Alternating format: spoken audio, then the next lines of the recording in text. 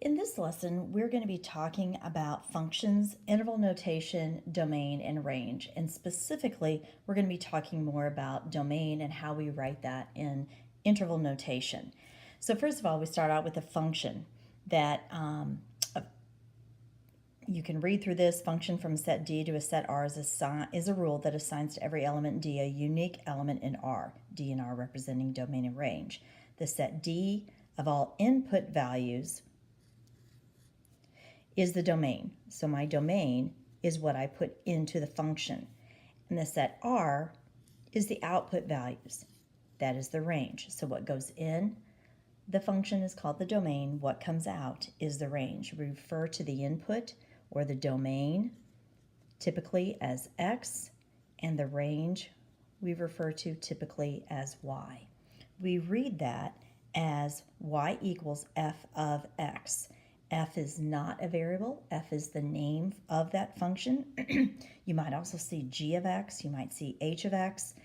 And the X inside represents the variable that you will see, or the number, because this could be F of 2, F of 3, but the value that is signed inside of the function. F is a name for the algebraic expression. F is not a variable, just reiterating that. So to determine graphically which one of these pictures is a function, we use what's called the vertical line test. You can say the vertical line test that Y is a function, I'm going to abbreviate function with F of X, Y is a function of X if and only if no vertical line intersects the graph in more than one point. Intersects the graph at more than one point. Vertical line test. So utilizing that definition, I'm going to look at these three graphs up here and determine, do I have a function? And so you can do this just by visually looking at it. You can literally draw a vertical line through your graphs. Some of these are not very vertical. And if it only crosses at one point, yes, you have a function. Same thing with this one. It crosses only at one spot, so yes, it is a function. Whereas on C, if I would draw a line straight down, this would cross in 3 different places. It crosses in more than one place, so no, it is not a function. And then again, reiterating the definition of domain. The domain is the input to the function. It is also the X coordinate. It is independent of anything. You can pick from all real numbers. If the domain is all real numbers, you can pick any of those numbers to put in. It is not dependent on anything, whereas the range is dependent upon the X, and the range is the output, the range is the Y coordinate. We are going to be utilizing interval notation as we go through and to represent our domain and range, and I'll explain that as we figure out what each one of these domains are.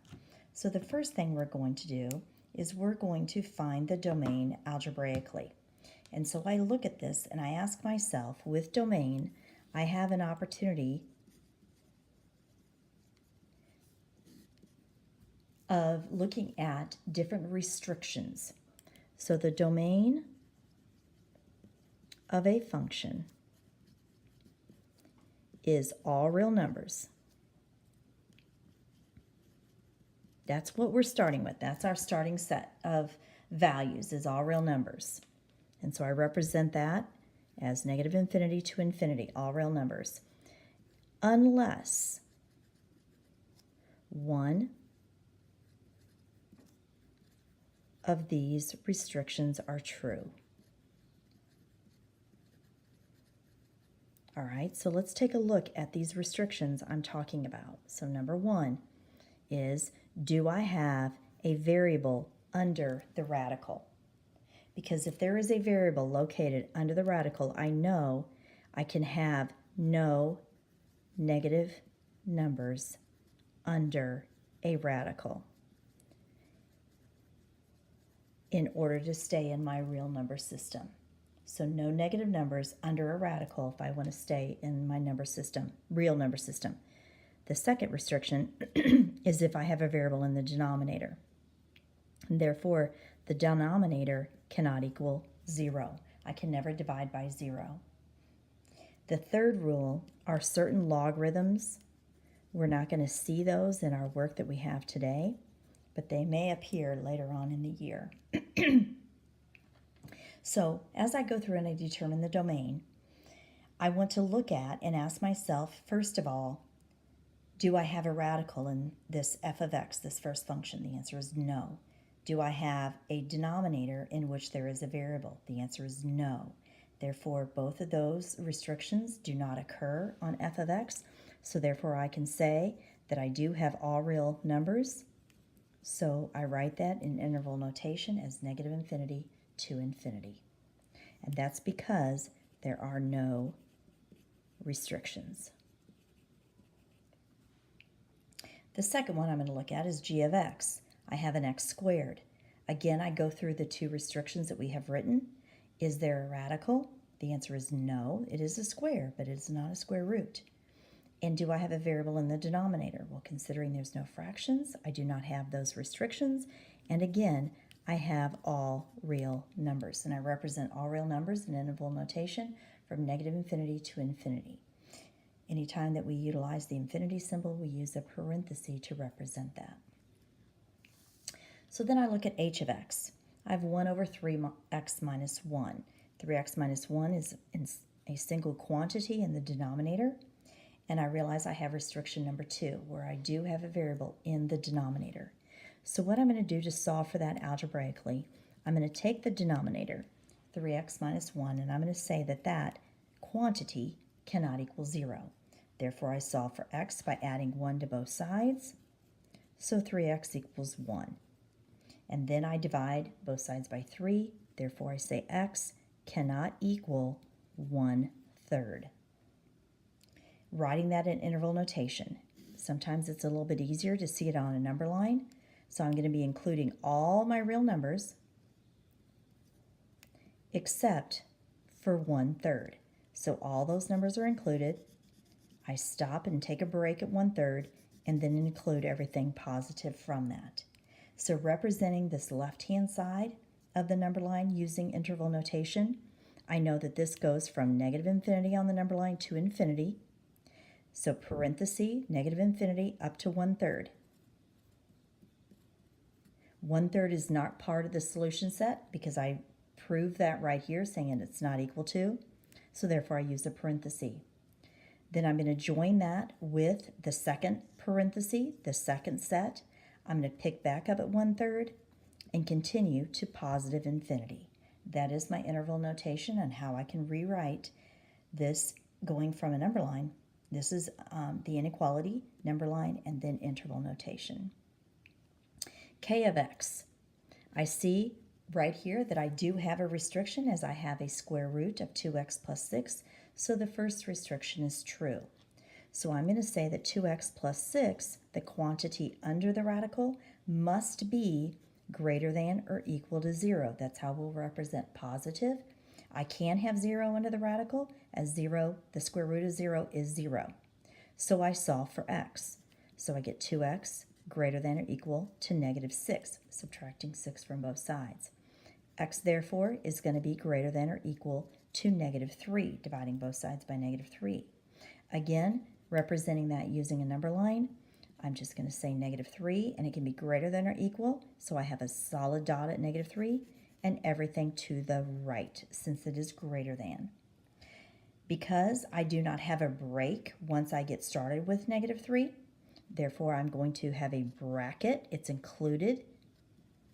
And I know going to the right goes to positive infinity, so negative 3 to positive infinity is how I write that in interval notation. Let's just say that we picked negative 4. Let's see what happens. 2 times negative 4 is negative 8. Negative 8 plus 6 is negative 2. I have a negative number under a radical sign. I cannot take the square root of negative 2, therefore I would have an imaginary number. I would have a number that is not real. and we are looking and working within the real number system. So therefore, I need to have it greater than or equal to 0. Therefore, I'm sorry, have it greater than or equal to -3. This is my final answer right here. And I can depict that using a bracket. Okay, j of x. I have an x in the numerator and x squared minus 1 in the denominator. The x in the numerator, it doesn't matter what I have in the numerator, for any number can be used in the numerator unless, of course, there is a radical in the numerator. But if it's just x or 2x or x squared, it could be a multi-polynomial I could have in the numerator, and it would not matter as long as there was no square root or denominator of 0 in that numerator. So therefore, the x I can just not worry about. I'm only focused on the denominator. So therefore, this is restriction number 2, where I have a variable in the denominator. So I'm going to say x squared minus 1 cannot equal 0, because I cannot have 0, that quantity, equaling 0 in the denominator. I say x squared cannot be 1.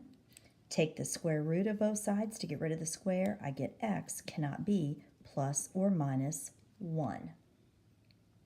Depicting that with a number line, I know it can't be -1 and it can't be 1. So I'm going to represent that with open circles, but I can have numbers to -infinity, I can have numbers in between, and I can have numbers going to positive infinity. And so the numbers in between, I can even include 0. So if I put 0 down below, 0 squared is 0, 0 minus 1 is -1. Can I have -1 in the denominator? Absolutely.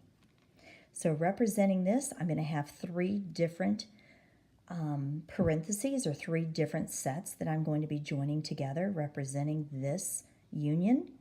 I start with -infinity, using a parenthesis to represent the infinity, comma, to -1. I close that off with a parenthesis because a parenthesis represents that -1 is not included in that solution set. I join that using a union symbol with -infinity to 1. Again, I close that with a parenthesis because neither one of those are included in the solution set, but everything in between is. Join that with 1 to infinity. So I have 1, 2, 3, 1, 2, 3 to represent my inequality that it cannot be 1 or -1. And my last, I look at this and I see that I have both a denominator with a variable and a radical with a variable. The radical happens to be sitting in the denominator, and so therefore I know that the denominator, 5x minus 2, cannot be 0, but 5x2 also must be greater than 0. So the way I'm going to represent that is I'm going to take the quantity, the radicand, out, and typically I would say greater than or equal to 0, as we'd stated in our restriction up above in number 1. But I need to get rid of the I need to get rid of the equal sign because I know that the denominator cannot be equal to 0. So I just represent that with a greater than symbol, getting rid of the equal sign as I had in the example above. Add 2 to both sides, so I get 5x is greater than 2. X, therefore, is greater than 2/5. And this is going to look similar to our number line above, replacing the -3 with 2/5. It's greater than, it's not equal to, so an open circle with that number line, and representing that open circle is a parenthesis, 2/5 on to infinity. And again, we represent infinity with a closed parenthesis. That is domain, and to find domain, we are going to be looking at it algebraically. You can always plug it in into your calculator and you can verify it graphically. But when it says to find it algebraically, I will need to see the work as you go through to represent the domain in interval notation algebraically.